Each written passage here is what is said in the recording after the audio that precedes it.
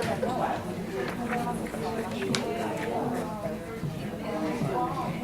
welcome back everybody. If you could all take your seats again. First, I'm going to read the guidelines for the school board forum. This is the second portion of our meeting. Each candidate shall have a 3-minute opening statement, and that will be in the order of the school board member first, school member Corn, followed by, in alphabetical order, Elijah Manley and Ryan Petty. Upon completion of the opening statements, audience members shall raise their hands in orderly fashion to be called in turn by the moderator to ask questions of the candidates, and we'll have a mic coming around to get your question. Upon completion of the opening statements, audience members, I said that already, questions shall not exceed 1 minute. They may be asked directly to any of the candidates individually or to all of the candidates in general. Questions are limited to one audience member unless all the other audience members wishing to ask a question have had a chance to do so before this portion of the forum ends at 8:50. If all the people who have asked one set of questions, if we still have time, we will do a second round ending at 8:50. In order to give each candidate equal opportunity to answer questions, no individual candidate shall be asked more than 2 questions in a row unless the question is directed at all candidates in general. The candidate shall have up to 2 minutes to respond without interruption. In the event a candidate mentions or addresses another candidate in their answer, the other candidate may have up to 1 minute to rebut, not to exceed 2 exchanges. All participants are expected to allow each other to speak without interruption. Common courtesy shall prevail, and the candidate shall then have an opportunity for a 2-minute closing statement. Again, this is being recorded. The video will be shared with all the candidates as well as with our community, those who could not make it tonight.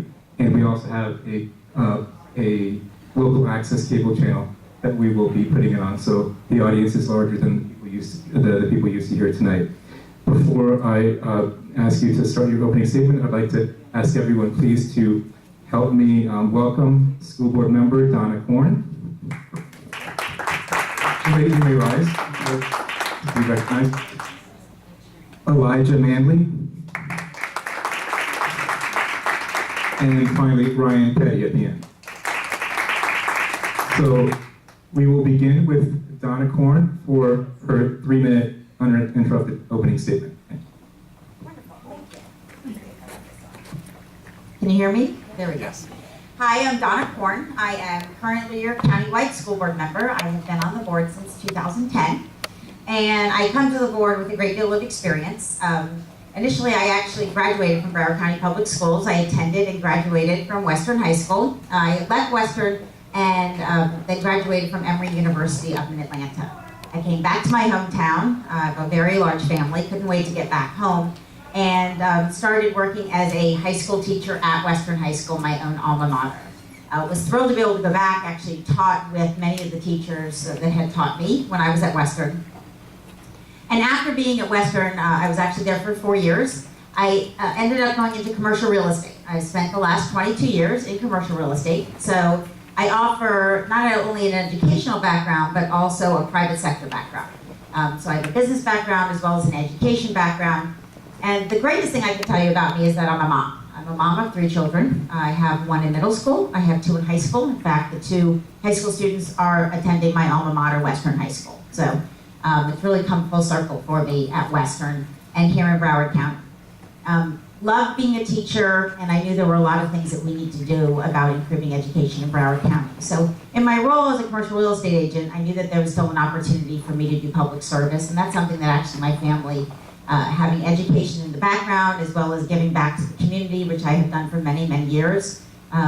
Serving on the Children's Services Board, a member of the Handy Board, which works with foster children. I've also helped to develop Voices for Children. I was the initial board for Voices for Children for Broward.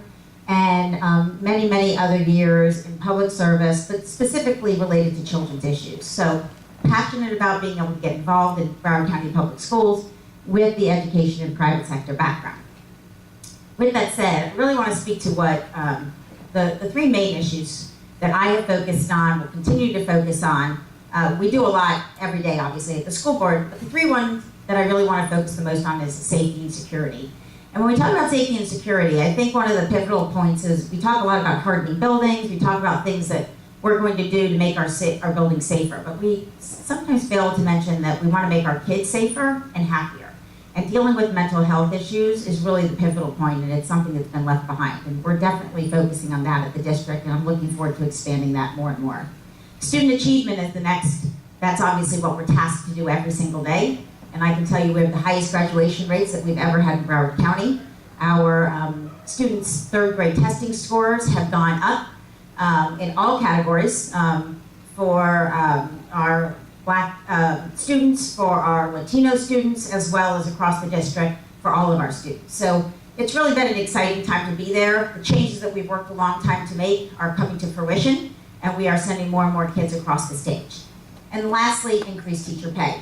We have actually given raises to our teachers every year, and we've had to cut back a great deal in administration costs to be able to make that happen, and to be very frugal in where we're spending our dollars to make sure that they go back directly to our teachers and to our classrooms. So I'm very excited to have the opportunity to spend 4 more years doing public service specifically for you and for your kids and for my kids. So thank you all for being here, for spending your night here to learn a little bit more about all 3 of us, and look forward to spending the next 45 minutes with you. Thanks. Thank you. You stopped right on time, but I forgot to mention, but you did stop right on time, that I'll be holding up the yellow for 90-second warning and the red for 30-second warning, but you were exactly on time, so Elijah.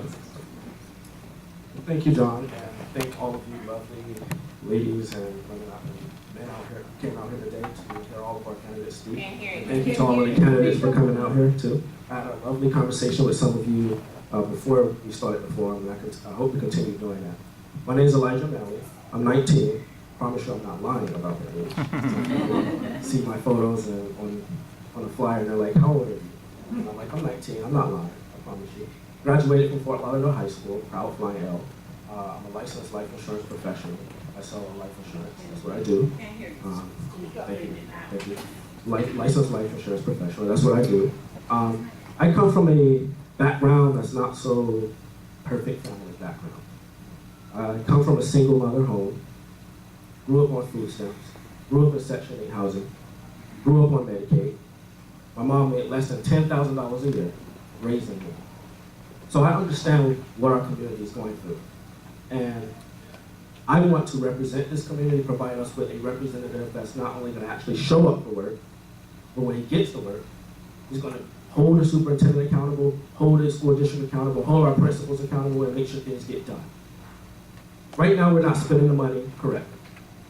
We had an $800 million voter approved general obligation bond in 2014. What happened with that money? I want to ask Mrs. Corn what happened with that money, because I'm not the school board member. And that's a problem to me, that the district is coming back and asking for more money without solving the problem. Without solving the problem that they already have with school infrastructure, with mold and mildew in our classrooms, schools falling apart, ACs, walls falling apart, ceiling tiles falling apart, and nothing gets done. And I've been going to so many schools throughout this district for the last 18 months that I've been campaigning. And throughout those 18 months, I sat in and I watched teachers that were sick, students that were sick going home, parents crying, coming to me and telling me that their child is sick. So when we talk about our schools are fine, I want everybody to remember that aspect. Another thing about me that I don't talk about too much, it's a very painful tragedy that occurred to me in my childhood, that I was raped as a young boy. And I grew up with that pain, growing up with that pain, and I know that there's so many other younger people that are going through the education system right now who are experiencing some of the same things I have. We're gonna grow up hating themselves, we're gonna grow up depressed, we're gonna grow up low. And what I hate to hear is that we have a school board member sitting in office right now who will go and try to dig up things on me to go take to the Sun Sentinel that I might have said when I was 12 or 13 years old. So here's my plan when I'm a school board member. First, we're going to start investing in things that we need to invest in, proactionary solutions like mental health funding, increasing the amount of guidance counselors we have in our schools. Because when you're a student in school, I'm just going to tell you, sometimes we don't get the opportunity to sit down with a guidance counselor unless we're scheduling opportunities or matters pertaining to our academic achievement. So give the kid an opportunity. Sometimes they say, you're too young, but some of the best leaders we've had in our community that fought for our right to vote, that fought for us as a people to succeed, have been my age. And I want to provide us with real representation. I'm not a career politician. I want to be somebody that works for you. Thank you.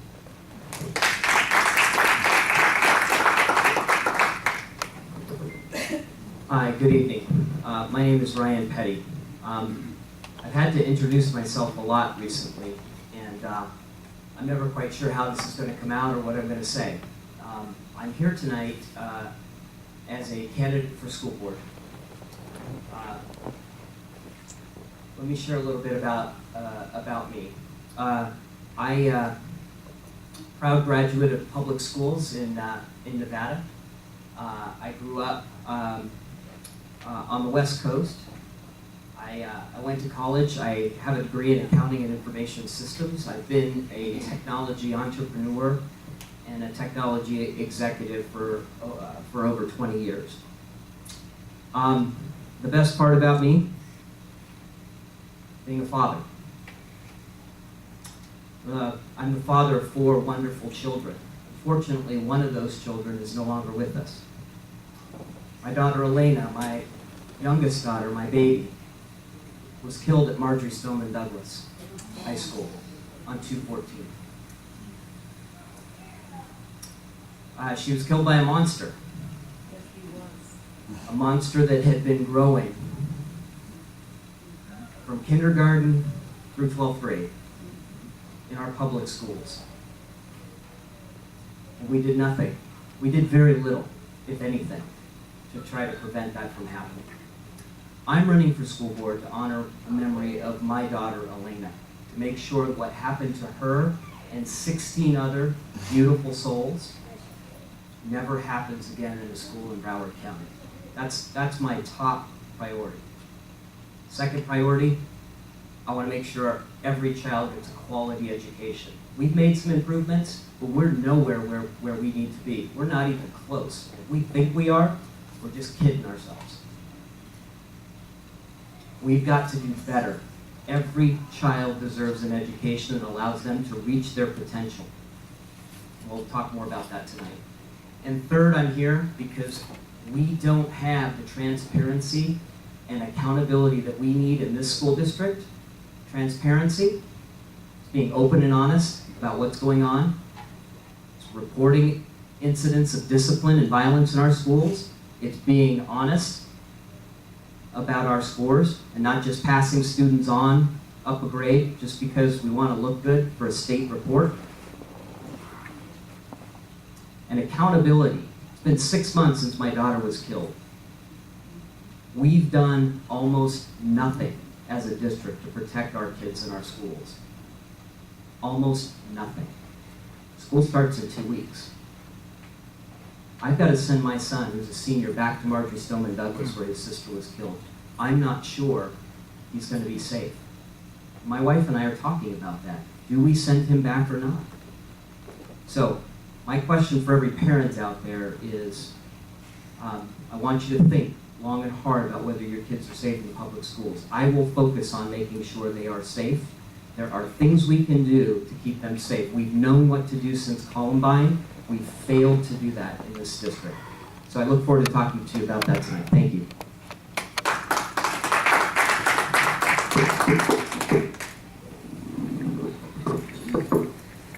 Thank you all three for your opening statements. We will now go to the audience for questions. Please raise your hand if you have a question for any of the 3 candidates or for all 3. Yes, this gentleman, and the microphone is coming around. This is for all 3 candidates. I think we've talked about the importance of making sure that students get access to these services. And I can give you a good example from my son's services that he receives at the school. He has a speech apraxia, which makes it difficult for him to verbally communicate.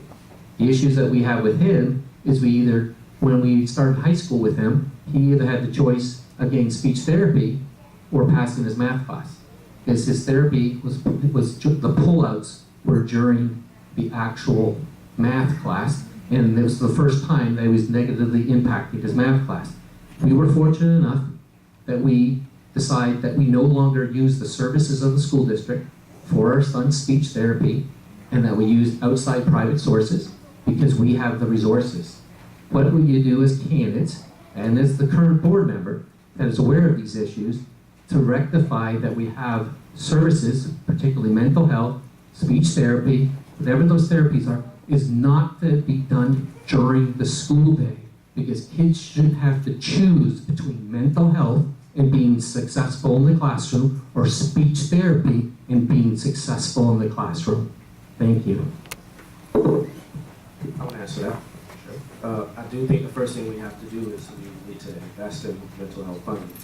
We're not getting enough money from the state to do that to start with, so we have to find that money from somewhere. The best thing we could do is we need to reach out to those students. The students know their school better than the school board members and better than their principals in some cases. So the students must feel comfortable speaking out about these things going forward. Talking about the pullouts being, during a math or reading class, when it really shouldn't be. I was a student who had special needs in high school and middle school.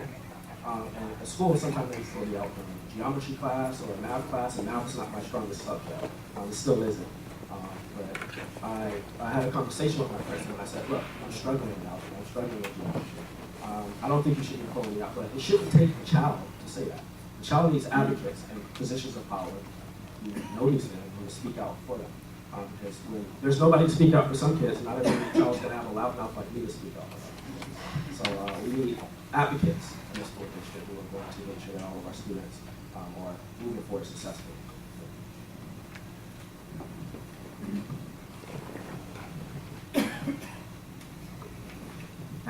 Happy to answer. So first of all, it's an area that we've underfunded, clearly. And the reason your son had to be pulled out of class is because there aren't enough counselors to go around, there aren't enough therapists to go around to sort of get, to have the therapy sessions that all of the students need. So this is an area we need to fund. The way we get there, quite honestly, we are funding programs by the administration, and we are funding positions in the administration at the expense of funding classrooms, teachers, therapists, mental health. We've got to take a hard look at the operating budget that we have in the Broward County School District. There are opportunities, I'll tell you right now, every parent, there are opportunities to discontinue programs that are not scientifically based, have no peer review support, and eliminate those programs and move that money into the classrooms and into programs like for therapy and for mental health. We could easily make those decisions. It comes down to priorities. What are our priorities? Are they the children? Are they programs? Right? Let me give you another example of where I think our priorities are messed up in the district. A couple weeks ago, Sun Sentinel article. The district wanted to hire a $170 roughly $1,000 a year PR person. The school district believes they have a PR problem. They got a PR crisis from my perspective. Right? The crisis is we're failing our children. And there's no amount, you couldn't pay a PR person enough to make a good story out of what's going on right now. So what we need to do, prioritize our children, prioritize the classrooms, prioritize the services that are gonna help our kids have the environment they need to learn and grow, and the good stories will write themselves. You don't need a PR person to tell that story. Thank you. So Andrew, thank you very much for the question. It's a great question. My son also has an IEP, and I had a challenge because he was also being pulled out of one of his academic courses. As a parent, I needed to go in and I needed to speak about what can we do for him to be able to have these resources. Unfortunately, my opponents talk about funding and how we're going to have that opportunity to spread the money in different places. We are clearly underfunded in many, many different categories, and there is no question that we need more funding in this area. In fact, this is a community effort. It is not something the school district is going to ever be able to do on its own. It's something that we have to do with our community partners. We need to do at the state level and even get federal funding to help us do this. With that said, we as a district have already identified that ESE issues are something that we have to give better services. We actually went several years ago and engaged Evergreen to come in and do a survey of what were we doing right and what were we doing wrong. They identified it. We as a board, we talk about priorities, we as a board prioritized ESE, and we said this is where we need to put more counselors. And actually just last year in our budget, we did find dollars, and we were able to add some additional services. We're not there. We're not even close to being there, but we're not anywhere close to where we need to be in funding. So when we talk about priorities, we talk about the fact that it has to be in the classroom, it has to be in services, and it has to be with our teachers. All of those things are true, but we only have so many dollars to go around. So we're going to continue to prioritize, but we also need to do a better job with those community partners. And luckily, a lot of those partners are finally coming to the table and saying, we agree with your priorities, and we're going to be able to partner with you. And we brought organizations like Sandy Hook and the Promise Program into the district, and we have many others. In fact, just today, the school board meeting, we brought in another grant for $300,000, again, to be able to provide additional services to help our children who do have mental health issues, as well as other ESE issues. So there's never going to be enough money to go around, but prioritizing is clearly important. As a board member, I have absolutely prioritized our ESE children. There will always be more to do, and I'm passionate about doing that.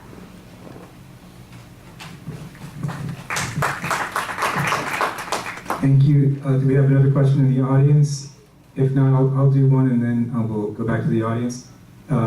Just give me a moment, and then we'll go to you next. The school board member Horn mentioned the Promise program, and I wanted actually first candidate Ryan Petty to address that, and if the other two candidates want to join in. There's been a lot of reporting, as I'm sure you're aware, regarding that Promise program, specifically its role, if any, in creating the circumstances that led to the shooting at Marjory Stoneman Douglas. Specifically, the idea that the Promise program put a lot of students that were exhibiting violent behavior and so forth on this alternate program where they were not reported to the police.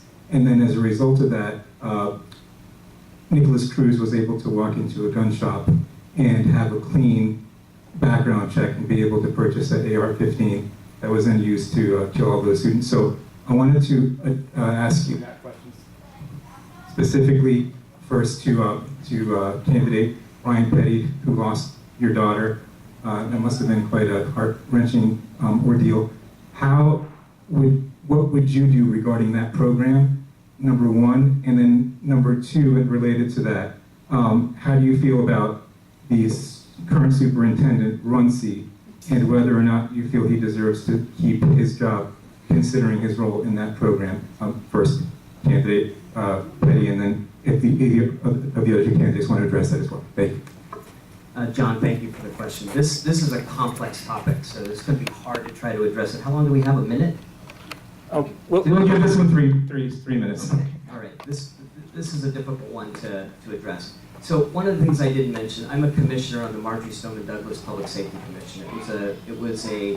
It's a commission that's looking at what happened in the events leading up to the death of 17 at Marjory Stoneman Douglas, and making recommendations for schools across Florida on how to prevent that type of violence again. One of the topics that's come up is this program called the Promise Program.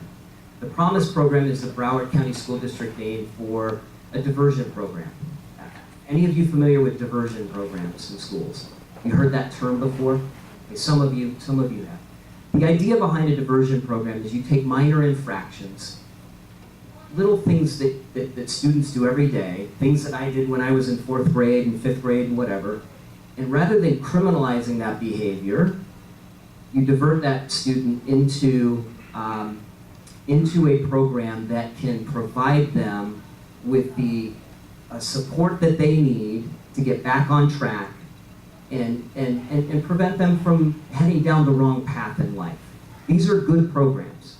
These are things that our students need to have in school. With regards to Cruz, on the Stoneman Douglas Commission, We've heard testimony about the program here in Broward County. We've heard from experts across the country about diversion programs.